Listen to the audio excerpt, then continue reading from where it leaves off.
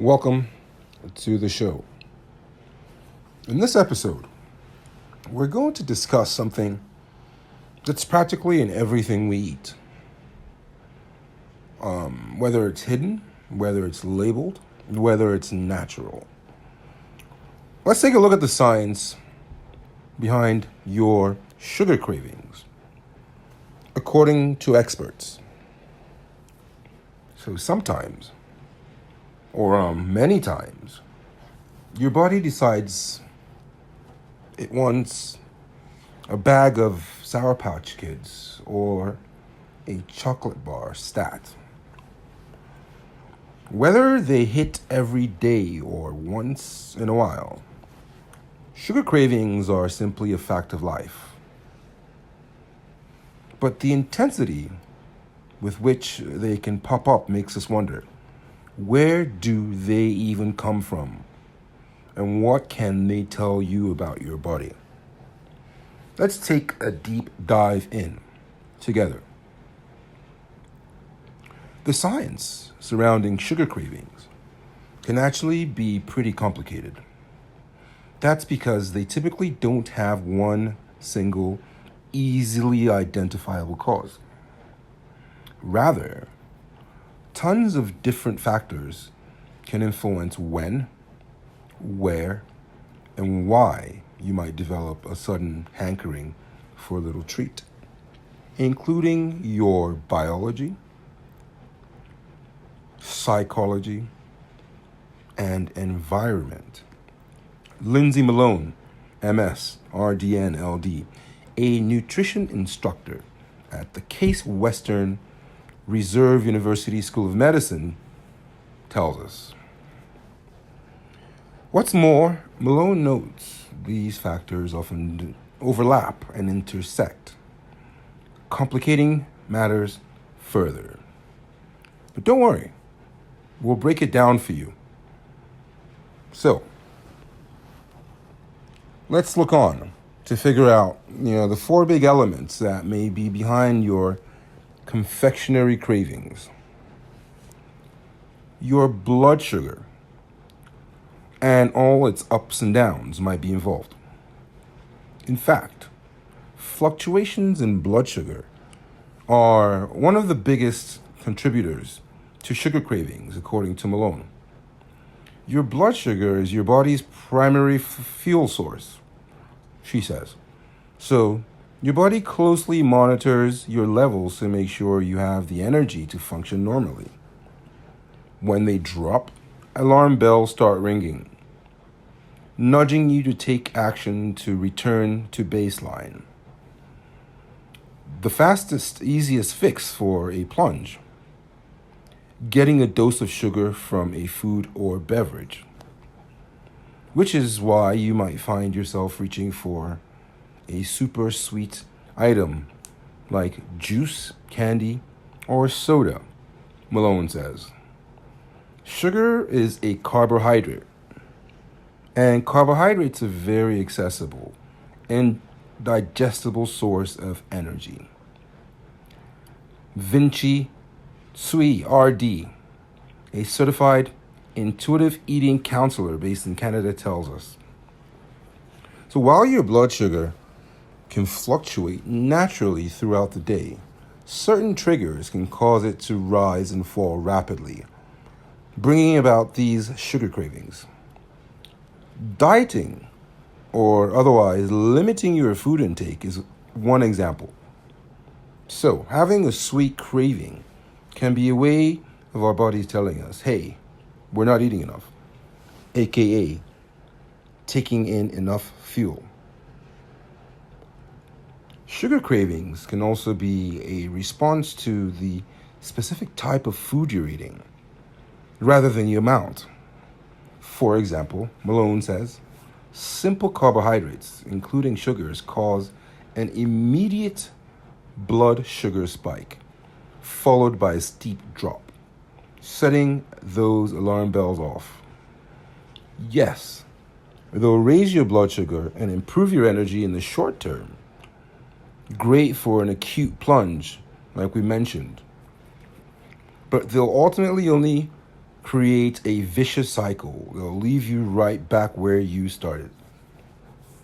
That's why your meals and snacks should represent a balance of all three macros, carbs as well as protein and fats.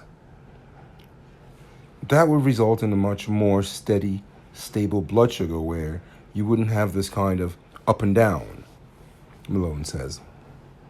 So, what and how much you eat aren't the only factors that affect blood sugar fluctuations. However, according to Malone, genetic differences, menstruation, sleep quality, certain health conditions like diabetes or hormonal imbalances, and lifestyle factors, say chronic stress or limited physical activity, may play a role as well, to name a few others. That's very interesting stuff.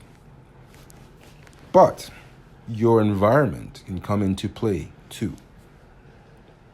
Habit and custom can be powerful forces. So you can inadvertently train your body to expect sweet foods under certain circumstances.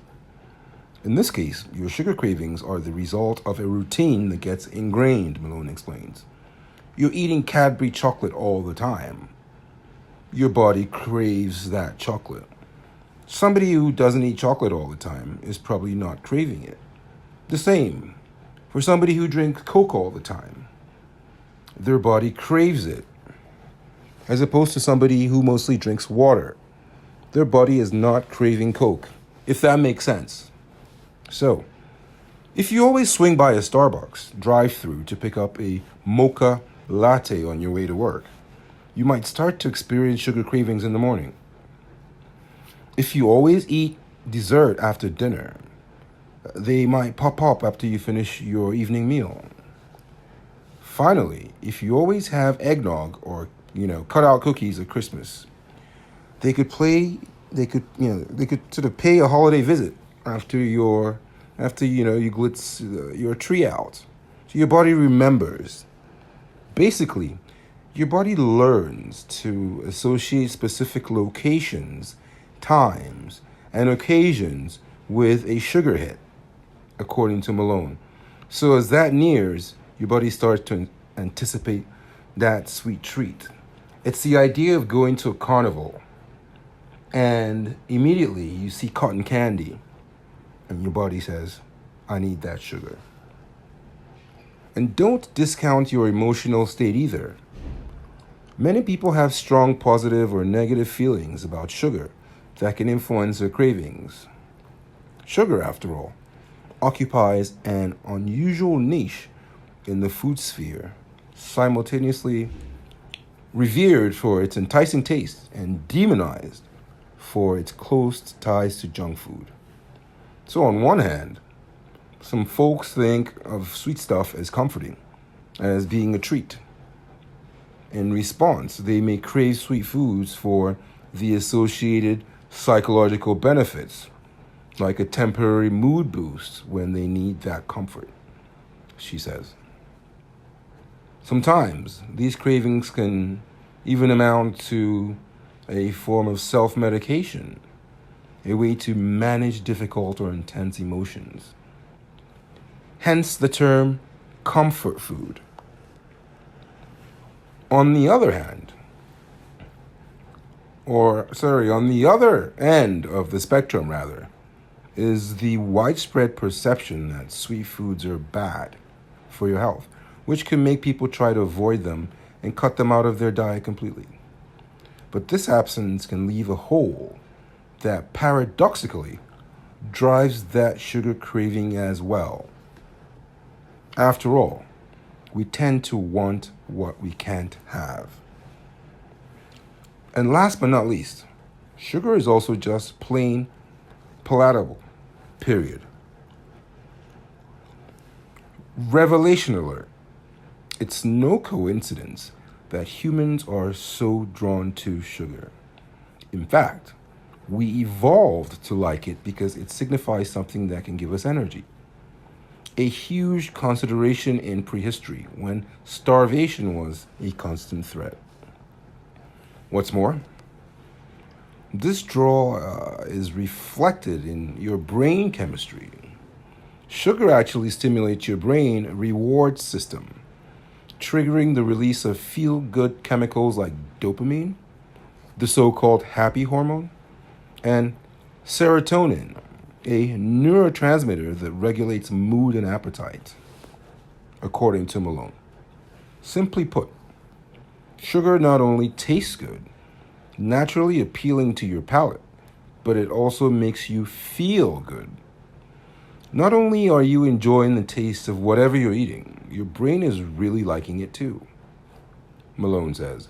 And what do you do when something tastes good, whether it be a Milky Way or a slice of lava cake? You want more. So here's the bottom line I want to keep in mind when you're craving something sweet. While we broke all the buckets down for you, it's important to keep in mind that sugar cravings actually tend to be triggered by a complex interplay of these factors rather than a single one alone. So often, I find it's a combination. If you develop a sudden sugar craving after eating lunch in the office, a multitude of different causes could be contributing. Maybe you're used to ending a meal with a sweet treat. Maybe your blood sugar took a nosedive because your granola bar lunch skimped on protein. Maybe you're starting to feel sleepy or developing some mental fatigue after grinding away at the task for hours and want some sort of comfort food to make you feel better. Of course, the exact combo will vary on case-by-case basis, but some type of sudden confluence makes the 2 p.m. to 4 p.m. window a prime time for sugar cravings, according to Malone. Sugar cravings in general are a normal and natural experience, a fact of life, really. Without the nutrients, the sugar, provided by the fruit your ancient ancestors ate, you may well not exist.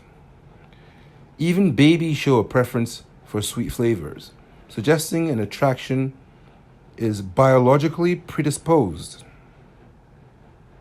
Too much of anything can be harmful, of course, but experiencing sugar cravings doesn't mean that you're weak or self-indulgent, nor does it signify any kind of character flaw. It's part of what makes you human. Very cool stuff. I'm glad you joined us for this episode and we were able to learn something. As always, make sure you subscribe to the channel.